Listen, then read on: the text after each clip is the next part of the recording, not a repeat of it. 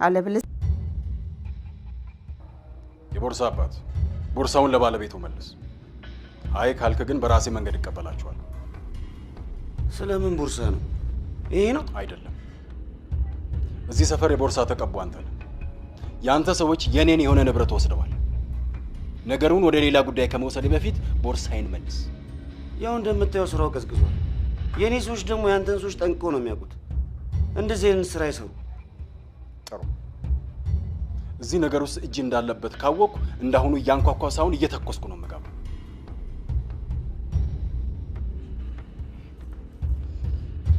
ሌላው ነገር አሁኑኑ ለአንተ ሰዎች ደውለህ እዚህ አካባቢም ሆነ ታይ ሰፈር ያለውን እንቅስቃሴ አጥንተው እንዲነግሩህ አድርግ። ስደውል አዲስ ፍንጭ እፈልጋለሁ። እሺ፣ አሳውቃለሁ።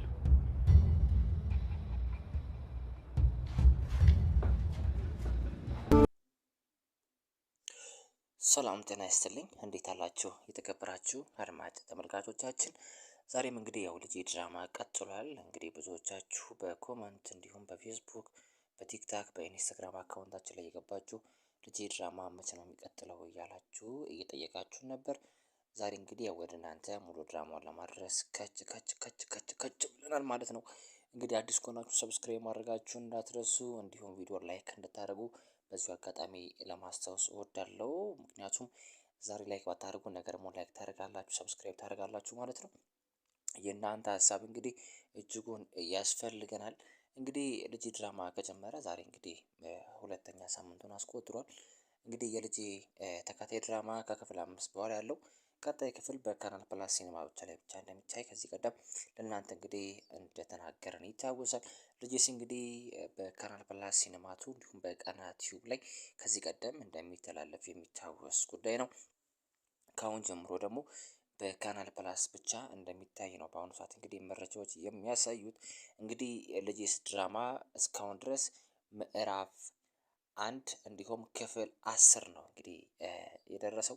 እንግዲህ በልጄ ክፍል 10 ላይ ደግሞ በጣም ያልታዩ ትዕይንቶች አሉ። በተለይ እንግዲህ ልጅ መላኩ ከቤት ከወጣ በኋላ አባቱን በጣም እንደሚወደው እንደሚያከብረው፣ እንዲሁም የአባቱን ፈለግ እንደሚከተል አባቱ የሚለውን ነገር በሙሉ እንደሚቀበል አይተን ነበር። እንግዲህ ከዚህ በኋላ ደግሞ ያው አቶ አሸናፊ እንግዲህ ልጁን ሌላ ቦታ እንደወሰደውም ከአዲስ አበባ በሚገኘው አካባቢ እንደወሰደውም ጭምር ነው መረጃው ያለኝ። ልጄ ድራማ በአሁኑ ሰዓት ያው በአጓጊነቱ እንደቀጠለ ነው የሚገኘው። ልጄ ድራማ እንግዲህ ብዙዎችን እየሳበ ይገኛል። እንግዲህ ምናልባት ስለ ልጄ ድራማ አንዳንድ ነገር ልበላችሁ። እንግዲህ ክፍል 1 ልጄ ድራማን ተመልክታችኋል ብዬ አስባለሁ። እንግዲህ ይሄ አባት ልጁን ፍለጋ ወደ ገጠር ሲመጣ ልጁን እንግዲህ እንደጠበቀው አላገኘውም። ልጁም እንግዲህ የት እንደገባ ማጋ እንዳለ ከማን ወገን እንደሆነ እንግዲህ ለማወቅም ተቸግሮ እንደነበር እንግዲህ እየታየበት ድራማ ነበር። ያንሳል እንግዲህ አቶ አሸናፊ የተባለው የዛ ከተማ አስተዳደር እንግዲህ ይሄን ልጅ አሳግቶ ወይ ደግሞ ገሎታል የሚል አንዳንድ መረጃዎች ናቸው ሲወጡ የነበሩት። ከዚህ ጋርም እንግዲህ በተያያዘ መላኩ የት እንዳለ የሚያውቁ አንዳንድ አካላት ቢኖሩም ግን ለመናገር አልደፈሩም። ከተናገሩ እንግዲህ አቶ አሸናፊ ከበድ ያለ እርምጃ ሊወስዱባቸው እንደሚችሉ ነው እንግዲህ መረጃው እያለኝ። እንግዲህ ልጄ ድራማ ዛሬ ክፍል 10 ደርሰዋል። እንግዲህ በክፍል 10 ላይ ደግሞ በጣም የሚገራርሙ ትዕይንቶች ነው እየታዩ የሚገኙት።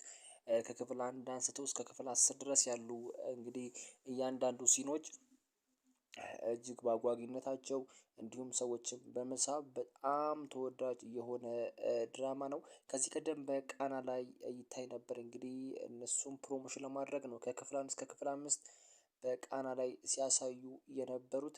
ነገር ግን ቃናም እንግዲህ ይሄንን ነገር ለ5 ተከታታይ ቀን ማለት ነው ካጋራ በኋላ አጠቃላይ እንግዲህ ወደ ካናል ፕላስ ተመልሷል ማለት ነው።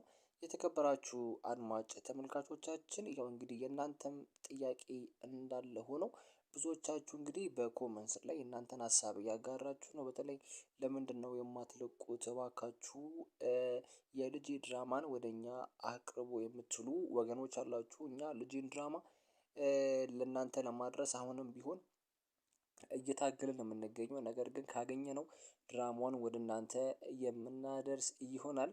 አዲስ ከሆናችሁ ሰብስክራይብ ማድረጋችሁ እንዳትረሱ። በቀጣይነት እንግዲህ በአዲስ ቪዲዮ ዳግም እስከምንገናኝ ሰላማችሁ እጅጉን የበዛ ይሁን። ደህና ሁኑ።